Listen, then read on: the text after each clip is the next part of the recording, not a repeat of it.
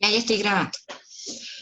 Bueno, ¿tienen alguna duda antes de que siga con lo que hicimos acá? Yo les mando las fotos acá por WhatsApp para que puedan ustedes hacer su hojita de cálculo. Eso no hay ningún problema. No les mando la hoja en Excel porque la idea es que cada uno la haga. No necesariamente la tienen que hacer así como yo la tengo. La pueden hacer de otra manera. Lo importante es que lleguen al caudal. O si hay personas que no la pueden hacer en Excel y la quieren hacer a mano, pues que la hagan a mano. Tampoco hay problema. Solo se van a demorar un poquito más. Pero da igual, no hay lío por eso. Entonces, no tienen dudas. Díganme. Profe, muéstrame por favor cómo la fórmula en el caudal residencial, un momento. ¿Cómo lo calculo? Aquí como está la fórmula. Estoy calculando, estoy multiplicando. Es esta que está aquí abajo en rojo. Estoy utilizando el coeficiente de retorno que es 0.85. La dotación neta que es 140. El número de viviendas acumuladas, porque es lo que está cayendo propio más lo que viene de atrás.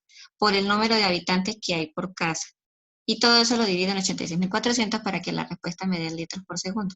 Ahí debo tener 1, 2, 3, 4 variables. 1, 2, 3, 4 variables. Sí, si no me comí ninguna. Ahí la pueden ver. Listo, profe, gracias. Vale. Entonces continúo. Cuando tenemos proyectos grandes, que es a lo que nosotros nos vamos a enfrentar, no estas cosas pequeñas que hacemos acá, sino ya proyectos grandes como tal, tenemos que tener en cuenta que vamos a tener dos tipos de áreas. Unas áreas que ya están urbanizadas, ¿qué quiero decir que ya está urbanizada? En donde ya están definidas dónde están las vías, donde ya están definidos los andenes, los parques, los cementerios, los hospitales, las escuelas, o sea, donde ya está urbanizado el lote como tal. Nosotros como ingenieros civiles no podemos hacer urbanismos porque nuestro perfil profesional no nos deja, no nos lo permite.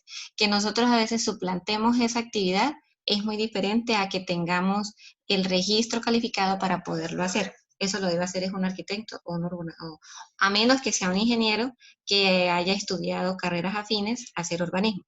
Por ejemplo, yo que estoy haciendo una maestría en urbanismo, pero todavía no tengo el título, todavía ni siquiera he visto materias de eso como para poderme meter en ese tema, pero es la idea. Cuando tenemos proyectos como esos, cuando tenemos áreas en donde ya están sacadas esas áreas de cesión, condición 1. Cuando tenemos áreas en donde están terrenos vírgenes, en donde no tenemos áreas de cesión, tenemos que tener en cuenta cómo calcular la densidad de saturación. Yo les recomiendo, es lo que a mí me parece que es más fácil para hacer el cálculo de alcantarillados, es que cuando metamos las áreas aquí en estas tablas, que siempre las vamos a tener que tabular, para este caso, pues eran cálculo de casitas. Ya de aquí en adelante, otro modelo de tabla vendría siendo, voy a hacer una copia de esta, vendría siendo, ya no lo vamos a hacer por viviendas, sino que lo vamos a hacer por área propia, que es la tabla real de alcantarillados. Y luego vamos a tener un área acumulada.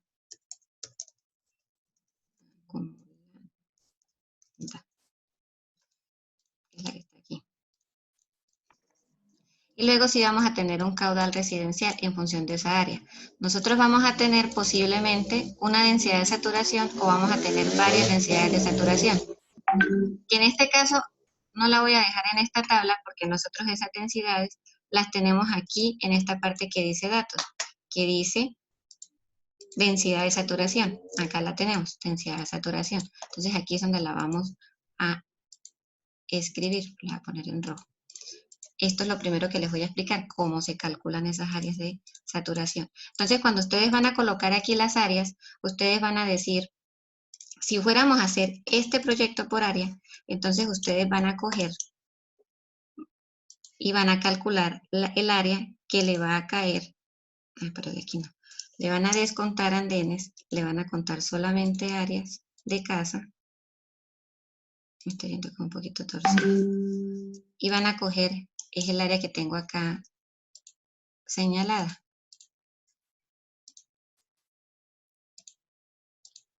Sería esta área, más el área de acá. Cuando vamos a calcular esas áreas, vamos a meter, en el caso de que ya tengamos los proyectos urbanizados, vamos a meter las áreas en lo posible, porque a veces no es tan fácil hacerlo, las áreas descontando las vías y descontando los andenes y descontando las áreas de cesión, descontando los antejardines. A todo eso es lo que llamamos áreas de cesión. Son áreas que están para el servicio de todos, no son de un bien particular, son para, por ejemplo, las vías, son áreas para que el que las necesite transite por ellas. Esas áreas son municipales. Cada esquema de ordenamiento territorial, plan básico de ordenamiento territorial o plan de ordenamiento territorial, según la cantidad de habitantes que tengamos, definidos en cada municipio, tiene definidos unos usos de suelo. En esos usos de suelo nos indica qué puedo construir yo en determinada área. Ahí, no, como yo les he dicho varias veces, en donde podemos construir residencias, donde podemos construir industria, podemos construir locales comerciales. Por ejemplos que yo he puesto a veces de que podemos construir un motel, que podemos construir un hospital, una discoteca.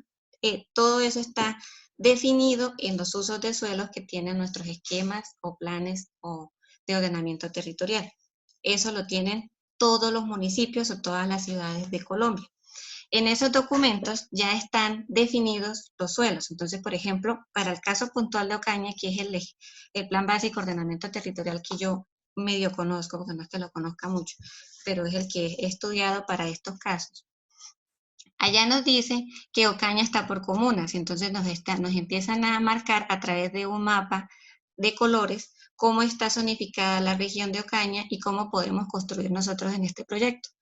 Entonces, para poderles dar un ejemplo de qué densidad de saturación, que ya ese término me lo han escuchado decir antes, pero pues ahora lo voy a explicar con más detalle porque aquí sí se necesita, les voy a poner un ejemplo muy puntual para poder calcular densidad de saturación y poder continuar acá con el ejercicio, que era lo que quería hacer aquí.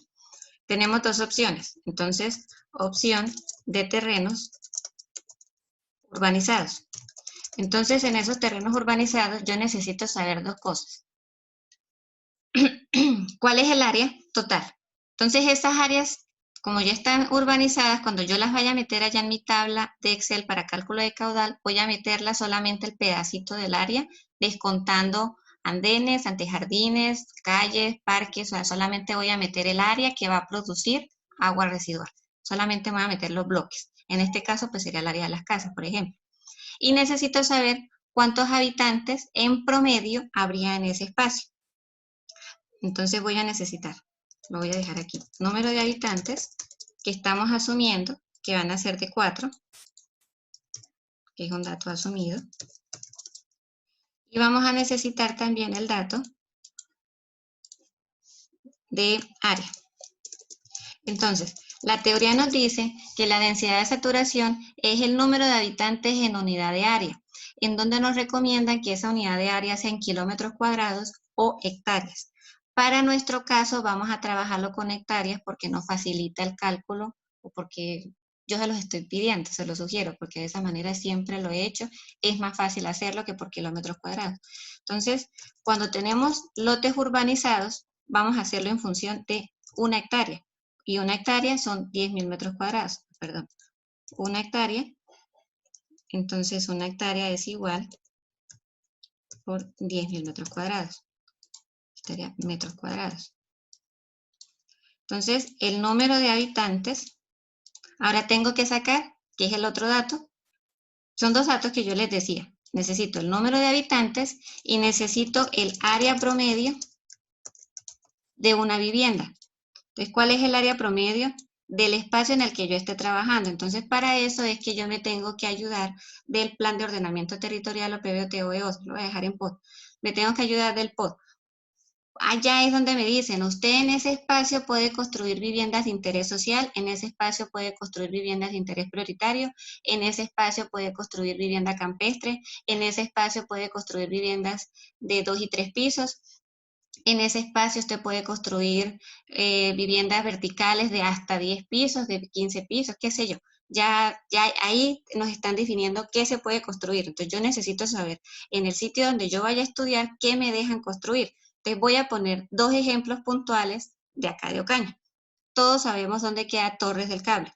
Torres del Cable y esa zona que está para allá, de Torres del Cable 1 y 2 y a las Acacias y no sé, proyectos de por allá, no me acuerdo ahorita de otro nombre.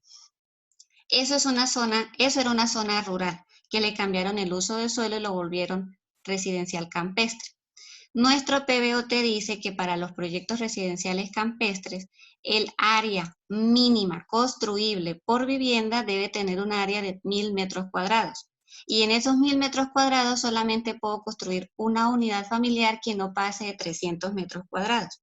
Eso dice para ese sector o para ese sector y sectores que tengan ese mismo tipo de uso de suelo campestre. Entonces el área promedio es de 1000 metros cuadrados. Obviamente, ya descontando áreas de cesión, sin tener en cuenta áreas de cesión, o sea, esa es el área construible. O sea que yo en ese espacio puedo construir número de viviendas.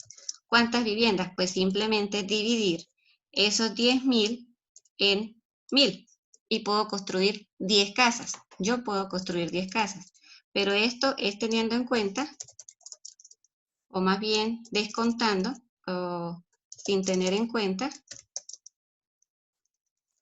las áreas de cesión. O sea, están definidas por otro lado. Sería observación.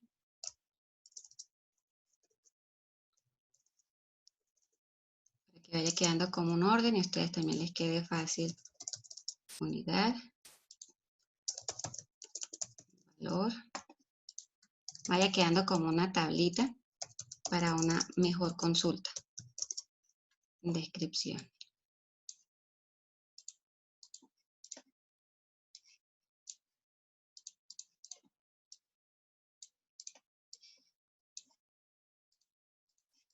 Así se ve como mejor. Entonces, si yo tengo que saber, o necesito saber cuál es mi densidad de saturación, pues mi densidad de saturación sería igual al número de habitantes por vivienda en unidad de hectárea. Entonces ya yo sé que en una hectárea puedo construir 10 viviendas y que tengo 4 personas en promedio por vivienda. Este es un dato asumido para este caso, debe estar aquí. No allá, aquí debe decir habitantes. Y debe basarse en un documento como el PBOT o el DANE, censos del DANE. O de algún lado debe salir, del CISBEN, de algún lado debe salir, o por lo menos un estudio propio. Pero lo debo sacar de algún lado. Entonces la densidad de saturación para este ejemplo va a ser de 40 habitantes por hectárea, porque miren que cuando estaba calculando el número de viviendas lo hice en función de 1 hectárea. ¿Sí? Hasta ahí vamos bien. No hay ninguna pregunta por ahora. Para así sí me la hagan de una vez. Bueno, opción de terrenos urbanizados. Ahora una opción de terrenos, vamos a hacer otro ejemplo de terreno urbanizado. Ahora vamos a hacer una opción en donde vamos a hacerlo, voy a cambiar esto, en donde vamos a dejar los mismos promedios de habitantes, 4 personas, que es en la misma Ocaña, vamos a trabajarlo sobre los mismos 10.000 metros cuadrados, eso no va a cambiar, perdón, 1 hectárea, 10.000 metros cuadrados, 10.000 metros cuadrados, pero ahora vamos a asumir que la vivienda es de interés social. Quiero es mostrarles la diferencia. Interés social. Entonces, una vivienda de interés social es de 7 por 14 en metros cuadrados, supuestamente. Una de interés prioritario es de 6 por 12. Una de interés social es de 7 por 14. O son las medidas que yo tengo. No entro en discusión con eso. Entonces, el número de viviendas va a ser esos 10.000 metros cuadrados en los 98 que tendría cada casa. O sea que yo en una hectárea, obviamente, sin tener en cuenta áreas de cesión, o sea, como en un bloque completico, el parque de Ocaña, por ejemplo, tiene 100%, es casi una hectárea. Si yo fuera a coger el parque de Ocaña y fuera a construir viviendas de 7 por 14, yo podría construir 102. ¿Cómo las meto allá? Eso sí, yo no sé. porque ya toca empezar a ver por dónde dejo los accesos de cada una de las casas. Eso sí, ya toca pensarlo un poquito cómo haría la distribución. No viene al caso, no es la idea, pero es el máximo de viviendas que podría construir según según el autorización que yo tengo por el esquema de ordenamiento territorial, o en este caso el Plan Básico de Ordenamiento Territorial. Entonces, mi densidad de saturación para un proyecto como esto sería el número de viviendas por las 4 personas que viven en cada una de esas casas. O sea que mi densidad de saturación va a ser de 408.16. Entonces, miren la diferencia entre lo que yo a veces, y lo digo con todo el respeto del mundo, no es para que se ofendan ni mucho menos, pero es lo que yo varias veces he dicho, que cuando tengo un poder adquisitivo alto, en donde puedo comprar un lote allá en Torres del Cable, miren, mi densidad de saturación va a ser de 40 habitantes en hectárea en promedio, y si me toca vivir en un proyecto en donde toca estar un poquito más encima del otro, pues es de 408.16. Si ya yo voy a hacer es un edificio de 4 o 5 pisos, pues yo tengo que mirar cuántos apartamentos puedo hacer por piso o voy a plantear hacer por piso, y en función de eso saco la densidad de saturación. Yo tengo que tener en cuenta eso, pero es más o menos la misma teoría. ¿Tienen alguna duda? Por ahora no. Entonces, miren, Profe, una pregunta. dime.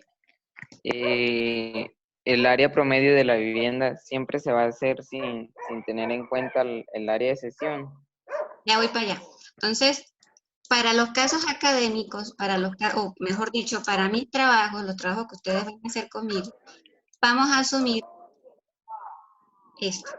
Cuando yo les entregue a ustedes, a menos que diga lo contrario, ¿no? Pero yo lo habré escrito o lo diré. Pero cuando estemos haciendo como un proyecto de estos, cuando tengamos una manzana como aquí, en donde ya te esté descontando las vías y tú vayas a sacar las áreas desde acá, tú vas a colocar la densidad de saturación en función de el área completa. ¿No me explico? No, porque no sé si se lo dije bien. Tú cuando vas a sacar el área de aquí, que sería este triángulo, porque en este caso es un cuadrado, y vas a coger este triangulito que está acá. Voy a ponerle color para que se note un poquito mejor. Cuando tú vas a coger el valor de ese triangulito, y esa va a ser tu área propia para el colector o el tramo que esté enfrente. Colector no, el tramo que esté enfrente. Es la que vas a colocar para acá. La densidad de saturación que vas a utilizar para este caso va a ser la de terreno urbanizado. ¿Por qué terreno urbanizado? Porque ya le estás descontando las vías. El valor de área que estás tomando ya no está teniendo en cuenta eso de áreas de sesión. Entonces, cuando tengamos un terreno urbanizado, vamos a trabajar lo que hasta ahora he dicho. ¿Sí? Cuando tengamos un globito como este o tengamos un terreno de expansión futura en donde todavía no tengamos el urbanismo o no se nos indique que el área que tenemos ahí ha descontado esas áreas de sesión, entonces ahí sí debo hacer un calculito adicional, que va a ser este. Entonces sería como una opción 3. Vamos a plantearlo. Opción 3. Y son para terrenos no urbanizados.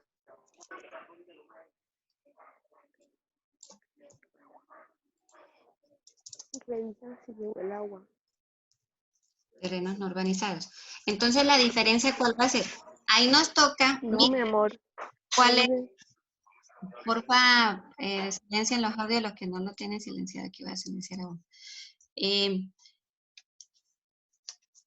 Cuando tengamos terrenos así que no están urbanizados, debemos mirar en la norma cuánto nos piden los proyectos, nos pide nuestro municipio que dejemos de área de sesión. Para el caso puntual de Ocaña, ellos nos indican que deben ser de mínimo un 30%.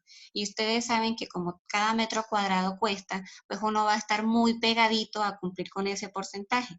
Entonces vamos a asumir para casos académicos que es 30%, pero si ustedes van a hacer un proyecto en Río de Oro que ya correspondería a un EO diferente al de Ocaña, en Ábrego, en La Jagua, en Valledupar, qué sé yo, en cualquier otra parte de Colombia, deben primero mirar su PBOT o esquema de ordenamiento territorial o su POD y mirar cuánto pide de área de sesión. Normalmente es el 30, pero puede haber una diferencia con otro documento de estos. Para los casos académicos vamos a asumir la que tiene Ocaña, la que recomienda Ocaña, que es del 30%.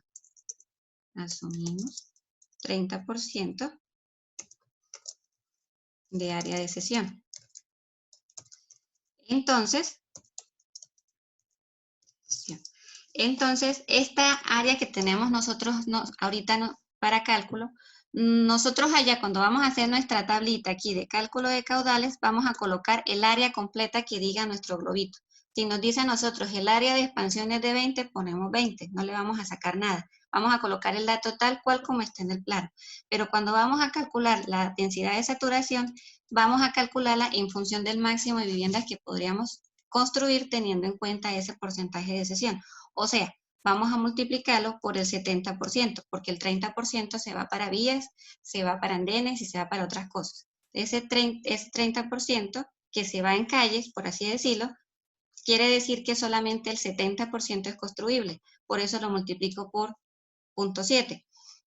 O sea que de mi hectárea completa yo solamente puedo construir en 7.000 metros cuadrados.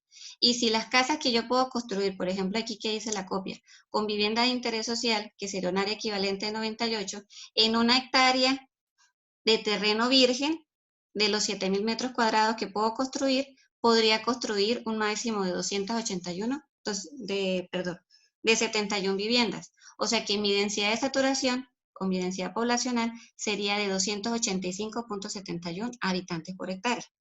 Entonces, cuando yo tenga globitos, lo voy a escribir acá para aquí, pero no se familiaricen tanto por esto es como para casos evaluativos y de academia, pero no necesariamente de la vida real. Es para poderlo diferenciar, para que ustedes sepan que hay dos. Entonces, para previos, yo lo que he hecho es que, digo, en este espacio las viviendas van a tener un área promedio de 200 metros cuadrados, en esta de 120, en esta de 400 metros cuadrados. Bueno, ahí me invento cosas. Entonces uno tiene que sacar la densidad de saturación en función de ese número de viviendas que pueda construir en ese espacio. Y ese número de viviendas después vuelve la gente, que es multiplicándola por el promedio de habitantes para el municipio. En este caso, eso sería para el municipio. Ya es el número de habitantes promedio para el sector de la región que esté trabajando. Miren que sí hay una gran diferencia. Este caso, que le estábamos trabajando con un mismo área promedio de 408, pasé a 285. Sí varía bastante, sí cambia bastante. Pero es más fácil nosotros coger y trabajar la densidad de saturación, que va a ser por muchos 5 cálculos de densidad de saturación que yo tenga que sacar, que ponerme a calcular de una topografía que tenga, como esta, el 70% de cada una de estas que se me puede, en un proyecto bastante grande, se puede hacer más difícil de poder uno verificar que lo haya metido bien, que lo haya tabulado bien. Se los digo por experiencia propia, mejor dicho. Entonces, eso es lo que tenemos nosotros que calcular, la densidad de saturación. Nuestras PBOTs y sobre todo los POD ya tienen calculado esa densidad de saturación, ya no tenemos que ponernos a mirar. O sea, así como nos dicen que podemos construir tantas viviendas, pues también dice, pueden, la densidad poblacional o la densidad de saturación, caben las dos palabras, la misma frase, cualquiera de las dos frases, es el mismo significado, es de tanto. Entonces simplemente tomamos ese dato y ya. Para proyectos de esquemas de ordenamiento territorial a veces no está tan tangible de que uno lo tomó de tal hojita y lo sacó. No, está un poquito más enredado. La ventaja de los esquemas de ordenamiento territorial es que para los pueblos, que es donde tienen esquemas, el promedio de área de vivienda es el mismo. Son viviendas de 120 metros, de 140 metros, 150 metros, que podemos nosotros redondear a un mismo valor de área construible y podemos trabajar con el mismo promedio general. O sea, vamos a tener, en otras palabras, una misma densidad poblacional, mientras que para municipios grandes o ciudades sí vamos a tener varios tipos de densidades poblacionales. Y eso sí es un poquito mamón en cómo tiene uno que tabular la información y calcular los caudales, porque cuando uno está acumulando las áreas, ya no las puedo acumular como áreas, ya tengo que tener en cuenta de que esta área tenía esta densidad poblacional, esta otra tiene esta otra, y cuando las vaya a acumular, pues ahí se me va a crear un poquito la dificultad de hacerlo en Excel, o que Excel lo haga por uno, toca uno entrarle a ayudar un poquito, o sea, ahí sí es más fácil hacerlo a manito, a palito. en otras palabras. Pero esto me lo van a entender haciendo un ejercicio. Así en el aire no sé qué tan visible sea lo que me estoy explicando. Trato de hacerlo lo mejor que puedo, pero no sé si de verdad me estoy dando a entender correctamente. Eso sería la densidad de saturación. Entonces, cuando vamos a calcular nosotros el caudal, aquí, aquí, vamos a colocar, por ejemplo, vamos a hacer el ejemplo de que vamos a calcular el del globito que decía 8 hectáreas, este ejemplo que es el que he abierto ahorita. Vamos a asumir que vamos a calcular el caudal residencial de estas 8 hectáreas residenciales que tenemos acá. Entonces, yo simplemente voy a colocar que el área propia, por decir algo, va a ser de 8. Entonces, vamos a asumir que mi área acumulada, digamos que bien inicial, sea de 8. Lo estoy dando como ejemplo simplemente para ver, para que ustedes para poderme hacer entender. Para esas 8 hectáreas, la densidad poblacional, yo para este ejercicio debía haber dicho o les debía haber dejado indicado de dónde sacó esta topografía para que ustedes pudieran mirar cuál es el área promedio de vivienda para ese espacio.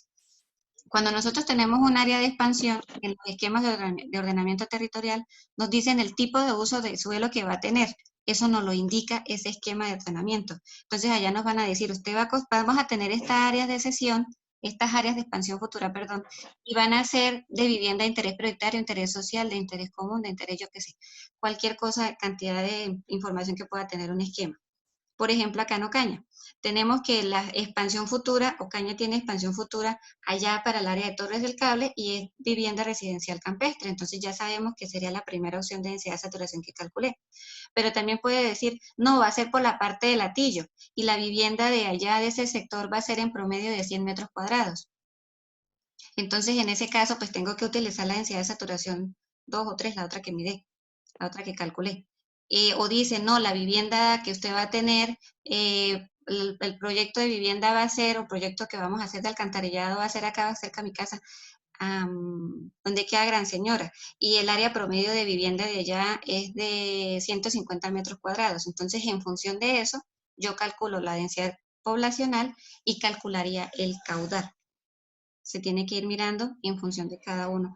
Para los ejercicios que yo coloco acá, trato de colocar una sola densidad poblacional, máximo 2, porque eso confunde un poquito. Trato de que todas las internas sean una y de pronto la de los globitos sean otras. Pero eso pues ya cuando hagamos un ejercicio, luego, pues ustedes me lo van a entender mejor. O por ejemplo, miren en este previo, porque esto fue un previo del semestre pasado, dije que la densidad de saturación eran los 3 últimos dígitos de los códigos de cada uno de ustedes, porque de esa manera era más fácil calificar, más que todo por eso. Para que echarles cuenta. Entonces, cuando voy a calcular aquí, el área es el área, voy a calcular el caudal, sería el área acumulada, miren, aquí sí voy a utilizar esta fórmula que está acá, la moradita, el área por el coeficiente de retorno, que serían los 0.85, por la dotación, por la densidad de saturación, que no la he puesto. Y esto lo divido en 86.400. Porque no me lo puso. Vuelvo a hacer, algo escribí mal. El área por el coeficiente de retorno 0.85 por 144 por la densidad de saturación y todo eso lo divido en 86.400. Como no he puesto densidad de saturación, vamos a asumir que la densidad poblacional sea esta, porque dijimos que esta era la de los globitos, sea 285. O sea que el caudal para ese globito sería de 3.148 litros por segundo. Ese sería el caudal que nos podría generar en aguas residenciales ese globito. ¿Qué duda tienen hasta ahí? Ahí está la diferencia de la una a la otra. Trabajaremos con densidad poblacional o densidad de saturación, es lo mismo. Es como tenemos que calcular. Entonces, estas serían las opciones de densidad de saturación. Y ahí tenemos que estar pendientes de que estemos anidando a la densidad poblacional que corresponda. Díganme si tienen alguna pregunta. ¿No? ¿Ninguna?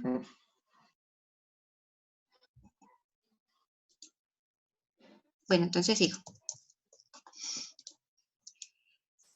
Teniendo ya esto, nosotros la densidad poblacional, nosotros ya podemos llegar aquí a nuestro caudal, que eso sí se mantiene en todas las fórmulas, en todos los desarrollos. La que va a cambiar es esta.